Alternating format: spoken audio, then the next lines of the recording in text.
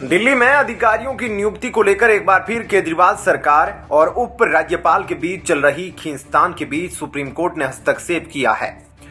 Supreme court ने मुख्य सचिव की नियुक्ति को लेकर दखल डाला है। सुप्रीम कोर्ट ने इस मामले की सुनवाई के दौरान कहा कि 28 नवंबर को मुख्य सचिव की नियुक्ति के लिए एलजी और केंद्र से आईएएस अफसरों के नाम देने को कहा। सुप्रीम कोर्ट की दखल के बाद अब दिल्ली सरकार दिए गए नामों में से नए मुख्य सचिव के नाम को चुनकर अदालत को बताएगी। सुप्रीम कोर्ट ने कहा कि मुख्यमंत्री और उपराज्यपाल साथ मिलकर इस मुद्दे पर मुलाकात कर एक साथ क्यों नहीं बैठते और विचार करते हैं। सुप्रीम कोर्ट ने दिल्ली सरकार को नसीहत देते हुए कहा कि इस बात का ख्याल रखा जाए कि अफसरों के नाम सोशल मीडिया पर सार्वजनिक ना हो। ऐसा इसलिए भी क्योंकि यह अफसरों के करियर का सवाल है। इतना ही नहीं, सुप्रीम कोर्ट ने एलजी और केंद्र सरकार को सक्षम लोगों के नाम का सुझाव पैनल को देने का निर्देश दिया है। सुप्रीम कोर्ट में मामले की अगली सुनवाई 28 नवंबर को होगी। सुप्रीम कोर्ट में सुनवाई के दौरान दिल्ली सरकार ने कहा कि केंद्र सरकार ने दिल्ली के मुख्य सचिव की नियुक्ति की प्रक्रिया शुरू कर दी है।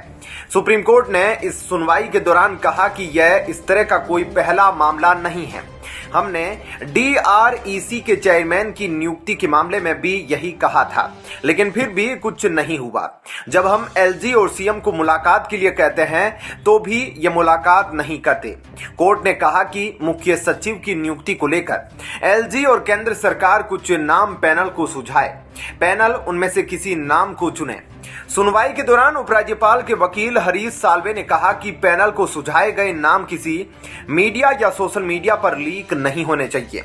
वर्तमान मुख्य सचिव को अपने मामले में हाईकोर्ट जाना पड़ा है। बता दें कि दिल्ली सरकार मुख्य सचिव को लेकर पहुंची है सुप्रीम कोर्ट। दिल्ली सरकार ने कहा कि केंद्र सरकार ने दिल्ली के मुख्य सचिव की नियुक्ति की प्रक्रिया शुरू कर दी है। इस पर सुप्रीम कोर्ट ने कहा कि मुख्यमंत्री और उपराज्यपाल इस मुद्दे पर मुलाकात क्यों नहीं करते हैं। हमने डीआरईसी के चेयरमैन की नियुक्ति के मामले में भी यही कहा था, लेकिन कुछ नहीं हुआ था। जब हम एलजी और सीएम को मुलाकात के लिए कहते हैं, ये मुलाकात नहीं करते। एलजी और केंद्र सरकार कुछ पैनल को कुछ नाम सुझाए और पैनल उसमें से नाम चुने। दिल्ली सरकार ने अपनी ताजा याचिका में कहा कि जब अध्यादेश को चुनौती दी गई है तो केंद्र सरकार दिल्ली सरकार के परामर्श के बिना कैसे आगे बढ़ सकती है और कैसे नियुक्ति कर सकती है। सुनवाई के दौरान वरिष्ठ वकील अभिषेक मनु सिंघवी के साथ साथ दिल्ली सरकार की ओर से पेश वकील सादान फरासत ने भारत के मुख्य न्यायाधीश डीवाई चंद्रचूड़ की अध्यक्षता वाली पीठ को बताया कि मुख्य सचिव की नियुक्ति पर दिल्ली सरकार से परामर्श किया जाना चाहिए। दिल्ली सरकार ने यह निर्देश भी मांगा है कि उसे एजीएमयूटी केडर में सेवारत 5 वरिष्ठतम अधिकारियों में से एक को मुख्य सचिव के रूप में नियुक्त करने की अनुमति दी जाए, जिनके पास पहले दिल्ली सरकार में सेवा करने का अपेक्षित अनुभव हो। गौरतलब है कि पिछली सुनवाई के दौरान सुप्रीम कोर्ट ने सरकार को याचिका की प्रति केंद्र को सौंपने का निर्देश दिया था।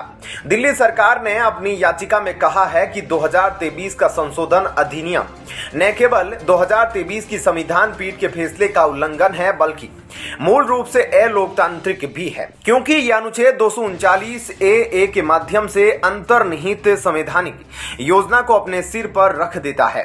मुख्य सचिव की नियुक्ति का एकमात्र विवेक उपराज्यपाल के हाथों में है। ऐसा करने से यह स्थायी कार्यकारिणी के सबसे महत्वपूर्ण सदस्य मुख्य सचिव की नियुक्ति मामले में दिल्ली सरकार को मुख्य दर्शक बना देता है। ऐसे में क्या कहना है आपका इस खबर पर कमेंट सेक्शन में जरूर बताएं। वीडियो को लाइक शेयर जरूर कीजिएगा। धन्यवाद। जय हिंद।